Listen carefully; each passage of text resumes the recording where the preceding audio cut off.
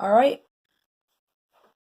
Now we're going to try to solve a problem using the distributive property model and solve. So again, you're not normally going to get told what you need to use. So this is just part of your toolkit that you're going to have to help you determine how to write an equation. Distributive property can get a little bit difficult because there's a lot of implied multiplication. So you have to think about where those multiplications are going to be. And again, this comes down to looking at what is the problem telling you. So I know, what do I know? That I offer a $5 discount per shirt when someone buys at least 5 shirts in a single order. So $5 discount means for every shirt that I'm selling, instead of paying the full price, they're going to take off $5. So I know that that's a subtraction. So I want to hold that in my head. $5 discount, that's a subtraction. I'm subtracting 5 from the price.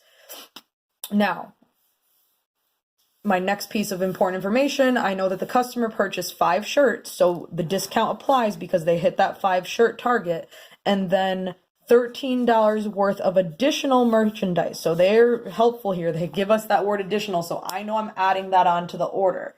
Now, I know that the order's total is $143. And then what are we looking for? What is the original price of the shirt before the discount? So what's our price per shirt? So my variable, my unknown quantity, X, is going to be price per shirt. So paying attention to this, we want to think about what we know. Well, I know that the customer ordered 5 shirts. So I know that. 5 shirts, meaning that the discount, $5 discount, applies. And that applies for each shirt. So I'm going to have to make sure I factor that in, that this is for every single shirt we're taking off $5. Then we have an additional $13 added on to the sale, and the total is $143. So using that, what does our equation look like?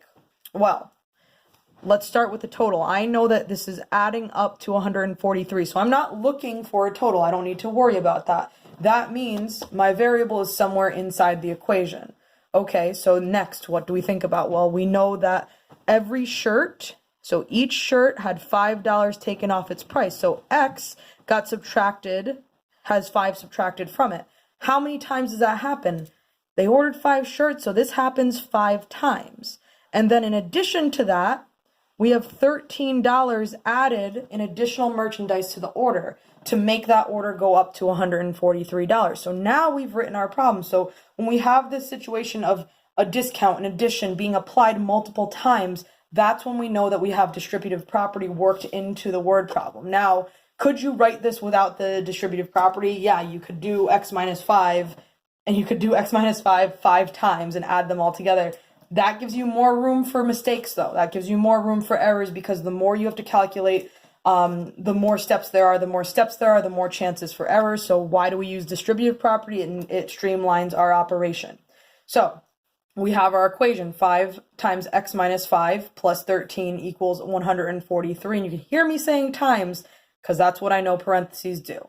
Now, this can be solved in multiple ways. I'm going to show you the distributive property way, the way that forces you to combine like terms, but you don't necessarily have to do it that way. So if you can get to the same answer using a different method, and you can use that method consistently every time, use that method. Talk to your teacher about different methods, but I'm just showing the distributive property method that goes with this concept.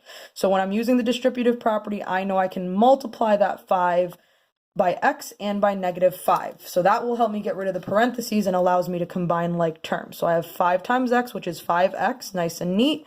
5 times negative 5, which is negative 25 or minus 25, plus 13 equals 143. We didn't do anything to those values, so we're going to just bring them to the next level, remembering that idea of making sure that we're thinking about each level, because that's going to help us keep ourselves organized. So now we have negative 25 and positive 13. They are like terms. We must combine them.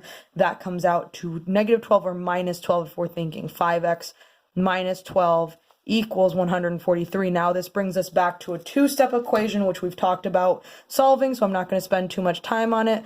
Addition property of equality. first, because that's reversing order of operations.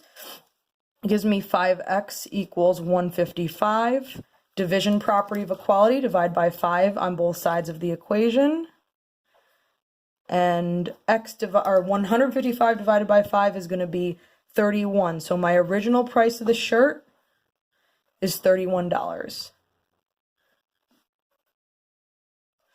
based on our operation. And again, you want to check yourself. So we can go back in and we can apply it in the real world. $31, subtract the 5, do that 5 times, put that all together, add that $13. It's going to come out to 143. We could also evaluate that back into our main equation, and it will give us our answer. It'll total to 143, letting us know that $31 is the correct answer for our missing link, what we're trying to look for, the original price of the t-shirt before the discount is applied.